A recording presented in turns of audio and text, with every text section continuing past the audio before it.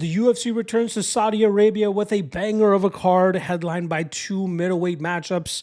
In the co-main event, we have entertaining strikers Sharo Magomedov putting his 15-0 record up against the ever elusive Michael Venom Page, I should say. And then in the main event, high stakes matchup as we have former champion Israel Adesanya looking to halt the streak that Frenchman Nasruddin Imavov currently finds himself on.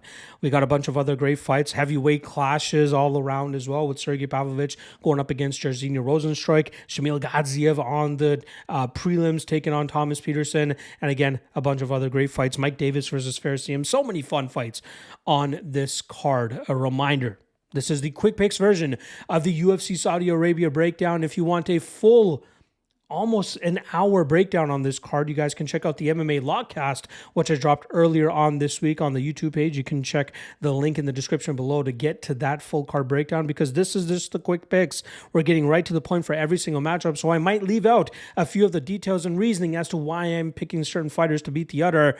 So make sure you guys check out the full card breakdown if you still have some questions after this quick picks. Also, a quick plug for the Octagon 66 breakdown I'll be doing strictly on the Lock of the Night Patreon page. So if you want, actually, Octagon is going down at the same time as Saudi Arabia. So you can have dual screens on and have action on both events, and I'll have breakdowns and official track plays for that card as well, strictly on the Lock of the Night Patreon page. Check the link in the description below. All right.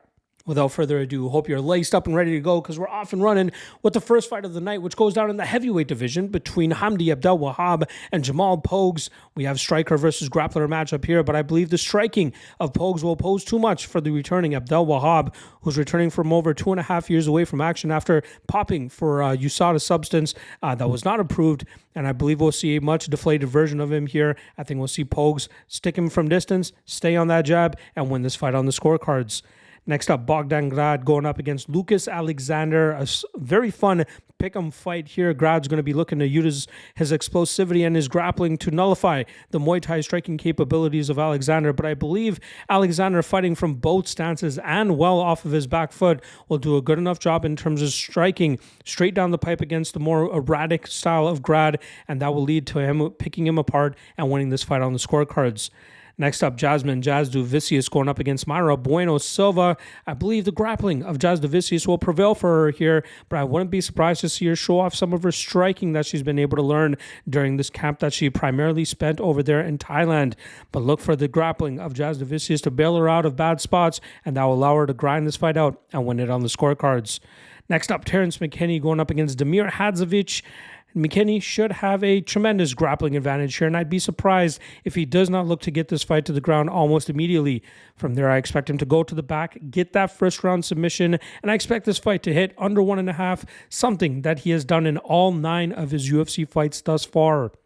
Next up, Shamil Gaziev going up against Thomas Petersen.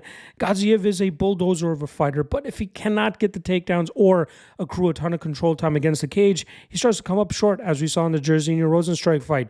And that's where I believe Petersen will be able to force him, especially with the wrestling background that he brings to the table. Look for Petersen to keep this fight upright, utilize his jab and his output volume to really put it on Gaziev and win this fight on the scorecard, springing the upset as a plus 300 underdog. Next up, Muhammad Naimov going up against Conor Ofli.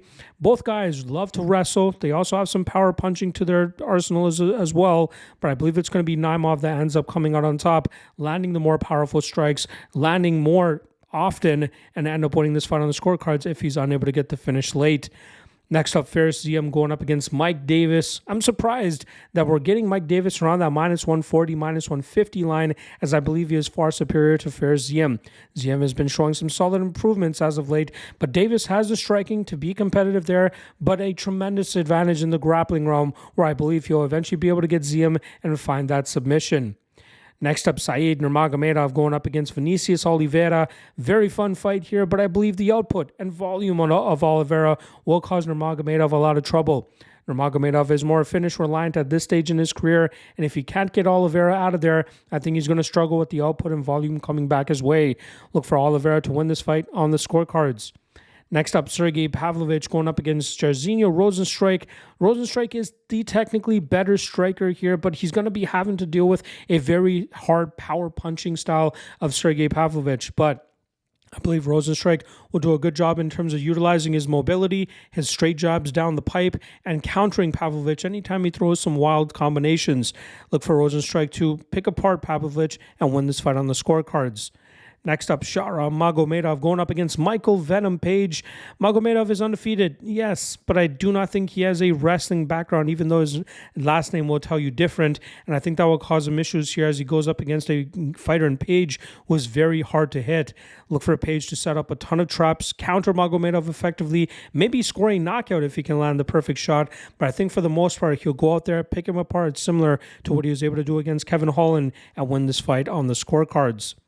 And the main event now between former champion Israel Adesanya going up against Nasruddin Imavov. I believe this is the type of kickboxer that Adesanya has been wanting to go against so that he can showcase that he is still capable of high-level performances. This is not a Sean Strickland or Dricus Duplessis type of matchup for him, as he can go out there, set traps, spring them on Imavov, and showcase why he is still one of the best middleweights on the planet. Look for Adesanya to pick apart Imavov over the course of 25 minutes and win this fight on the scorecards. There you guys go. Quick picks for UFC Saudi Arabia. Drop a comment below if there's anything that you guys disagreed with or even agreed with. I wouldn't mind some reassurance there as well from some of the viewers. Otherwise, I will see you guys tomorrow for the free parlay segment, as well as the the prop drop. I'm still getting used to the fact that we're doing the prop drop, which also includes the 3 best prop bets and long shot that I got for you guys. I'll see you guys again tomorrow. Peace.